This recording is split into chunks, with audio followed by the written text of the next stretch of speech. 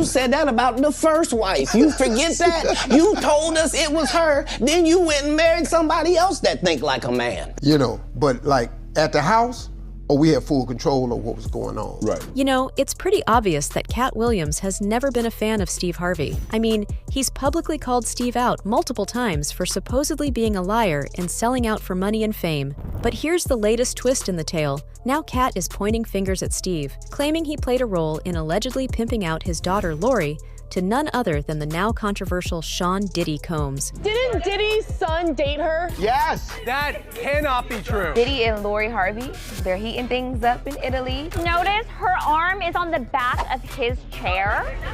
Shocking! For some reason. But yes, Diddy's now getting super cozy with Steve Harvey's daughter, who Diddy's son, Justin Combs, used to hang out with. I don't think that her and Justin were even that serious. They were just out in the club a couple times. I think it's more interesting that Steve Harvey's there. Now, Lori never officially admitted she was dating Diddy, but come on, pictures don't lie. They've been caught in some serious PDA moments more than once. And get this, cozy moments right in front of Lori's parents, Steve and Marjorie. So not only did Steve apparently know about Lori and Diddy's relationship, but he also seemed to give it his stamp of approval. Talk about bizarre, right? I love this girl. This girl, best thing for me. Now we gonna work. Now we gonna create an atmosphere of love, and everybody's invited into it. Right. And everybody want to come into it can come into it. The age gap between Lori and Diddy is already eyebrow-raising, 28 years to be precise. I mean, when Lori was born, Diddy was pushing 30 and already had a 5-year-old son. But there's another layer to this mess. Turns out, Lori was super close to Diddy's late ex, Kim Porter. They were so tight that Lori referred to Kim as her mama in a now-deleted Instagram post. Fast forward a few months after Kim's sudden death, and Lori's allegedly starting a fling with Diddy. From what Gene Deal had to say about that, it's no surprise that the Lori and Diddy thing did not last very long. You know, Kim Porter gave Puffy a scar.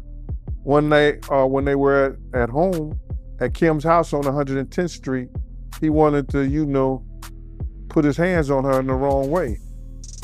And Kim took one of those corkscrews and ripped his wrist up and hit an artery.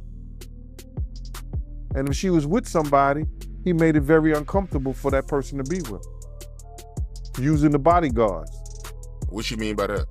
Like if we was there, you're not gonna be sitting up there, and he pushing up on Kim, you're not gonna do nothing to him while we there, or you're not gonna say nothing to him while we there. No wonder people are side-eyeing Steve Harvey, especially now that Diddy's being exposed for some seriously vile stuff, from putting his hands on women to trafficking teenagers. Katt Williams, who's been warning us about Steve for years, is probably thinking, I told you so. According to Katt, Steve is the complete opposite of his public image. This is like Steve Harvey telling people he used to be homeless. That's my story. That's not his story. Steve Harvey wasn't never homeless. When Mark Curry was touring with him 25 years ago, he was making $3,000 a show in cash and doing 5 shows a week. They just tell the stories. Thanks to my wife, I'm where I am. You said that about the first wife. But what did Katt exactly say about Steve and Diddy? Well, he spilled some in his autobiography. And now, with Diddy's alleged crimes coming to light, word on the street is that Steve Harvey might have been one of his enablers.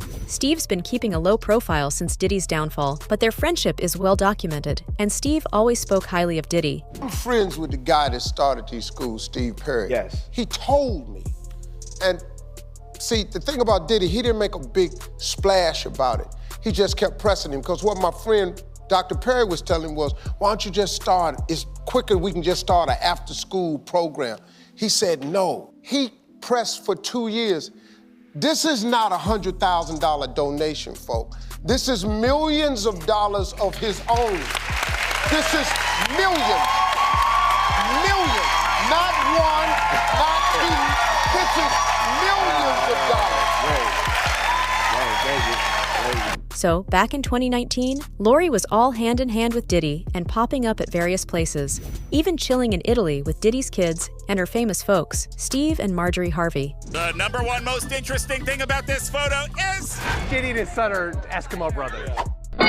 And to make it more interesting, So his son on this trip? They were there. They're not in these pictures, but I think they left. He is dating his son's ex-girlfriend when his son was there as well? But if his son's moved on, why not? Puff has an unbelievably close relationship with all of his sons. I don't think it's something that he would do if it was a big, huge deal. You like who you like. The exception to I like who I like is accept my son's exes. so congrats, you two look really happy. Now, even though there wasn't any hardcore proof connecting her to the younger Combs, TMZ had to drop a story claiming she'd been with Justin before getting cozy with his old man. But Lori's not dwelling on the past after splitting with actor Michael B. Jordan. And by the way, her ex-Future wasn't too thrilled about it. It's over for y'all. The other thoughts made it bad for you. See, yeah, you gotta go back to despite the ghetto chicks post, I love pretty women, period. No matter what you hear or see, my bitch gotta be bad. My lady, my one lady. I was in the cooking when I said that. Stop nagging me. Leave me alone, man. Leave me the fuck alone. Are you bothering me? But it's not just the media that's all up in Lori's love life. Boosie Badass had something to say during a stint on her supposed ex's show, Respectfully Justin, in 2021. He stuck to his guns, doubling down on his claim that Lori Harvey's been around the block and isn't exactly wife material. Thought he was gonna wife her, right? Well, I heard that was the story, that he wanted to wife her and she wasn't ready. Yeah, I thought he was gonna wife her, bro. How they was looking pretty good together. I feel he had accepted her flaws. That was the stuff that was going on before they. Right, the whole Future and Diddy and all that stuff. All that I feel shit, like yeah. he accepted that, so I thought he was gonna marry her. Boosie laid it out, saying, "I ain't mean nothing by it, but I say what I mean, and I mean what I said. I don't want a car after it had 8 owners. I'm not gonna take it home and wash it the same. I'm not gonna love it the same. People was getting at me. Well, in my world, we doing our thing." And it's not just Boosie that thinks that way. Nick Cannon has pretty similar opinions on Lori dating Diddy. I got a daughter. If I see my 16-year-old daughter with any grown-ass man, we got problems. I'm willing and ready to go sit down and do 25 if there's a grown-ass man talking to my 16-year-old. But that's illegal in so many places. Well, you see Puffy supposedly dating Lori Harvey. Yeah. And what's that age difference? That's like 20-something years. But at least she's being Puff. Lori Harvey. She's what, 23? Let's look it up. Let's look this up. And he's 49. He's 22. 22 and 49. Diddy is 49 years old. Oh, man. That is a 27-year difference. Do you have a problem with that? That's an interesting question. Do I have a problem with that? Not so much. I wouldn't have a problem with that, but I'd be heartbroken if that was my daughter. Yeah. And they're hanging out with Steve Harvey and her mom and everything else like that. To each his own.